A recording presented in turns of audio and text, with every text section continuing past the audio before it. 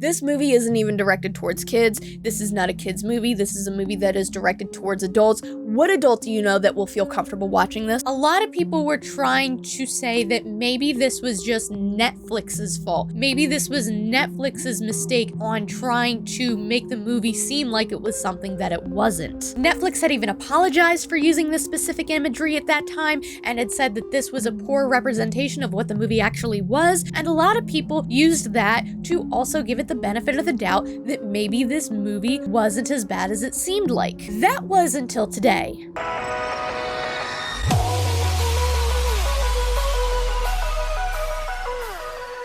Hello everybody, my name is Tamimi, and today's video is going to be a little bit different. Instead of talking about one subject for a full video, I'm going to be talking about a few subjects for portions of this video. I've done this a couple times in the past, and we're doing that today. So there's two really big topics I want to talk about in today's video. The first being the very big mistake that H3H3 has made. I know I haven't really covered the H3H3 versus Keemstar topic much on this channel, other than a short live stream where I was still kind of developing my opinions on the entire situation, but this particularly is extremely dangerous to the community. Like f***ing with you non-stop, taking down your Twitches, taking down your Twitters, taking down every social media platform you have, Mr. Bong, and I've been owning you. He went after everything. He went after anything that I could make money online. He tried to get me taken off Stream Me when he owned a percentage. He went after my Twitter, my YouTube, my Twitch. And I was doing really well on all of these, by the way. He is just non-stop had people going after me. This is actually more dangerous to the community than what has ignited a few months ago when Ethan and Keem were really going at it video after video after video, causing a direct effect for the rest of us who make commentary videos on people and topics, because this is going to make us all look like we're harassing everybody. And it's just, things have gotten really crazy on YouTube recently anyway, and things would get even messy for people who are just commentating on what was going on. People who were just bystanders and giving their opinions on what they were watching. If you had any opinion at all that disagreed with what Ethan said, then you were automatically a Keemstar fanboy, and vice versa. If you disagreed with anything that Keemstar said, then you were an H3H3 fanboy, and it was getting really stressful. That's one of the reasons why I never really made a full-blown video talking about the situation. I admittedly used to like H3H3 a few years ago. Their content always made me happy and made me laugh, but what he has turned into, unfortunately, is something that I can no longer say I'm a fan of. I am really disappointed with the way a lot of things have been handled by Ethan in this entire situation. There is one other thing that has happened recently that has gone beyond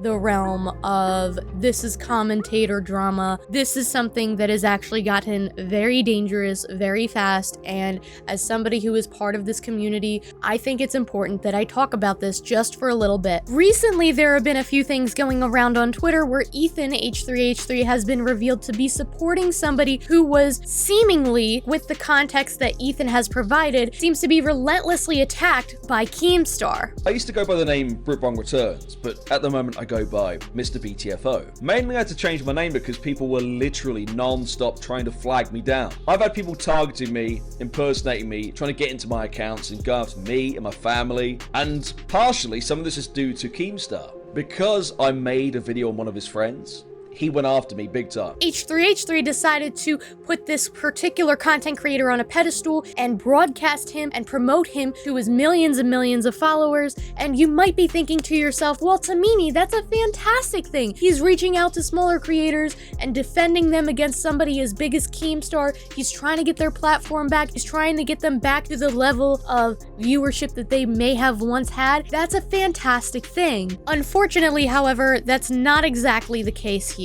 It's a lot messier than that, and it goes well beyond Ethan just helping a smaller creator out that may have been bullied by Keemstar. This particular creator, who was seemingly harassed relentlessly by Keemstar, was actually somebody who Keemstar was actively attempting to deplatform for good reason. He was attempting to do this in order to protect members within the entire commentary and/or drama community and within the YouTube community itself. You see, the context which Ethan Ethan has left out was not just that this was a random creator who may have had a few criticisms about Keemstar and then was relentlessly harassed. This was a particular creator who was actively antagonizing, harassing, and going as far as threatening people within the YouTube community. This person has allegedly made multiple accounts in order to threaten and harass other people within the YouTube community. They have made false accounts of particular YouTubers. They have threatened to SWAT commentary channels like Nicholas Diorio.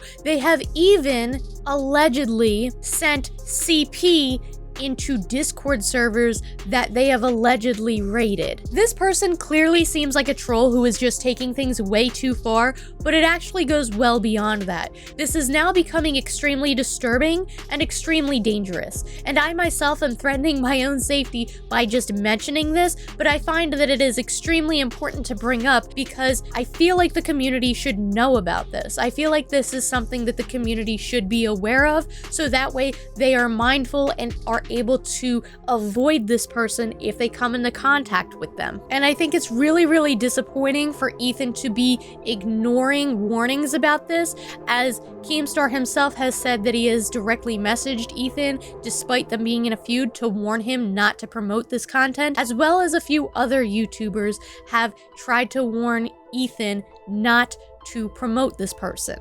But unfortunately, now that he has all of this recognition, this could be definitely used in a negative way, which is something that is extremely scary. So once again, if you are somebody who is a commentary or drama channel, or if you are somebody who likes to share your opinions on Twitter, or if you like to engage with anybody in the commentary community, heck, even just in the YouTube community in general, just be mindful, stay safe, try your best not to engage with anybody like this, and that goes for anybody. Please just be mindful of who you're interacting with online. Sometimes I know people can say some really messed up things and they'll make you want to engage in a really heated debate, but you have no idea who's on the other end of that computer screen. Now on to my next topic, which is disgusting, and I've talked about this in a previous video. Yeah, we're talking about it again. Cuties. So a couple weeks ago, I made a video talking about my disgust for the trailer of this new Netflix movie called Cuties, and also the poster specifically made for the United States version of the movie, and how inappropriate it appeared to be. Now, despite seeing clips of the trailer and the imagery itself to promote the movie, a lot of people still wanted to try and give this the benefit of the doubt, especially because the director of this movie was somebody who came from a background similar to what the movie is supposed to pertain to. And once people were made aware that this was actually the original poster made for the French debut of the movie compared to the United States version of the poster to advertise the movie, a lot of people were trying to say that maybe this was just Netflix's fault. Maybe this was Netflix's mistake on trying to make the movie seem like it was something that it wasn't. Netflix had even apologized for using this specific imagery at that time and had said that this was a poor representation of what the movie actually was, and a lot of people used that to also give it the benefit of the doubt that maybe this movie wasn't as bad as it seemed like. That was until today. Another clip from the movie was released, and it was awful. In fact, I don't even know if I could show you the original clip of what I have unfortunately stumbled upon through Twitter today. So to catch you up to speed, a lot of people were extremely outraged already at the fact that this was a movie that was seemingly sexualizing 11-year-old girls, despite the fact that the director made this movie to kind of showcase that 11-year-old girls are being sexualized in unnecessary ways. But this movie about sexualizing 11-year-olds in unnecessary ways is actively, legitimately sexualizing 11-year-olds in unnecessary ways. And while I'm glad to see that more people are aware of the fact that this is something that should absolutely not be on Netflix, especially now that we know that this clip actually exists in the movie and wasn't just a poster, my first thought when seeing this poster was, well, there are a lot of people who are still giving it the benefit of the doubt because compared to this poster, it's a lot worse, and maybe this is Netflix's fault, but was the director involved at all in the process of taking this picture? Like, that's what I didn't understand from the start, was that, yeah, it could be Netflix emphasizing the sexuality part of this, but that picture was still taken, and I can't imagine that the director wasn't involved in one way or another with this poster being made. The director of the movie, who has control of what happens in the movie, had no say in this poster. It doesn't make sense to me. And I forgot to add, if the director didn't have a say in this movie poster, then some third-party company had to get this picture from somewhere, and where else would they get it but from the movie? But now we know for certain that this poster was made from a clip within the movie itself, and the clip has been revealed, and this is now definitely part of the movie. In my opinion, if you wanted to try and make a movie that commentates or discusses the unnecessary sexualization of children, you could do that without actually using children. There are so many ways that you could go around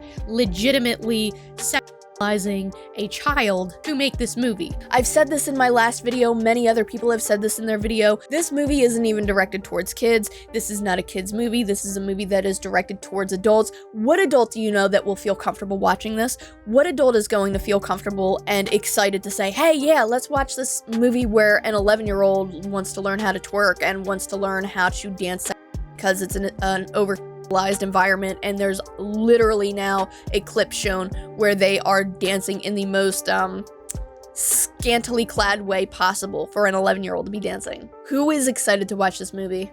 Who?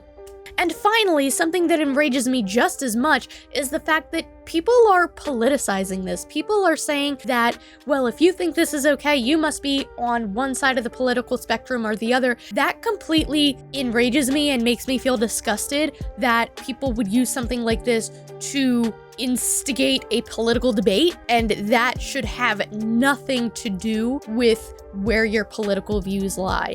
If you were somebody who is using this for a political agenda, you're disgusting, you're gross, you're just as gross as this entire situation, in my opinion, because most people at this point can universally agree that this is inappropriate. And even if there are some people who are still saying, you know, just watch the movie before you make a judgment, at this point, listen, in most cases, I can see that argument. In most cases, I could say, you know what, yeah, maybe you should watch the movie before making a judgment on it. I don't want to watch this movie. I understand wanting to give it the benefit of the doubt, but there's limits. There's limits, man, and I'm well beyond the limit at this point. I have now seen a trailer which made me feel really uncomfortable, a poster which made me feel even more uncomfortable, and now a clip that the poster was from that has made me want to throw up. In fact, I threw up in my mouth a little bit. I'm gonna pass on this one. I'm just gonna say this makes me feel too uncomfortable to watch. I personally think that this is extremely inappropriate, and I personally don't think that this should be on Netflix. A lot of people have tried to give this person the benefit of the doubt, the director of this movie the benefit of the doubt. A lot of people tried to give this movie